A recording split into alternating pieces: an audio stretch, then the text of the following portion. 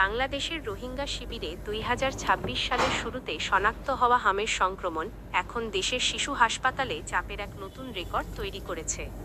স্বাস্থ্য অধিদপ্তরের তথ্য অনুযায়ী এই বছরের প্রথম ৫ মাসে হাম ও হাম উপসর্গে ৩১১ শিশু মারা গেছে। এদের মধ্যে নিশ্চিত হামজনিত মৃত্যু ৫২ আর সন্দেহভাজন ২৫৯। শুধু গত ২৪ ঘণ্টায় ১৭ শিশুর মৃত্যু রেকর্ড করা হয়েছে একদিনের সর্বোচ্চ। বিশেষজ্ঞরা বলছেন, মৃত শিশুদের ৭৯% বয়স ৫ বছরের নিচে। অভিযোগ রয়েছে, অভিভাবকরা অনেক সময় দেরিতে হাসপাতালে নিয়ে আসছেন। হাসপাতালের আইসিইউ শয্যা ও অক্সিজেন সীমিত ফলে অনেক শিশু লাইফ সাপোর্ট সত্ত্বেও বাঁচানো সম্ভব হচ্ছে না। কোনো বিশেষজ্ঞ মনে করেন, হামজনিত নিউমোনিয়ায় ফুসফুস ক্ষতিগ্রস্ত হয়। এসব ক্ষেত্রে অক্সিজেন ওষুধের কাজ করে। স্বাস্থ্য অধিদপ্তর জানিয়েছে, সারা দেশের সরকারি হাসপাতালে ১৩৭২টি আইসিইউ শয্যা আছে।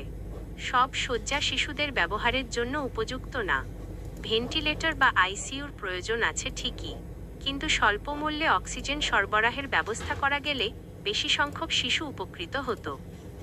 শিশু স্বাস্থ্য বিশেষজ্ঞ ও ঢাকা মেডিকেল কলেজের শিশু বিভাগের সাবেক প্রধান অধ্যাপক আবিদ হোসেন মোল্লা বলেন, কোভিড-১৯ মহামারীর সময় হাসপাতালে অক্সিজেন সরবরাহ উন্নত করা হয়েছিল। রোগীদের উচ্চমাত্রায় অক্সিজেন দেওয়ার জন্য হাইফ্লো নাজাল ক্যানুলার ব্যবস্থা করা হয়েছিল।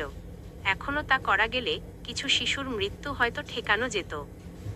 বিশিষ্ট রোগতত্ত্ববিদ এবং সরকারের রোগতত্ত্ব, রোগ নিয়ন্ত্রণ ও গবেষণা প্রতিষ্ঠানের সাবেক পরিচালক অধ্যাপক মাহমুদুর রহমান বলেন, দ্রুত রোগ শনাক্ত করা, রোগী ব্যবস্থাপনার উন্নতি এবং বিশেষজ্ঞদের পরামর্শ মোতাবেক রোগী আইসোলেশন করলে হাসপাতালে রোগী কমবে।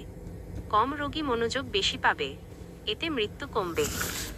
স্বাস্থ্য মন্ত্রণালয় জানাচ্ছে, ৬ মাস থেকে ৫ বছর বয়সী শিশুদের জন্য দেশব্যাপী হাম রুবেলা টিকাদান অভিযান শুরু হয়েছে।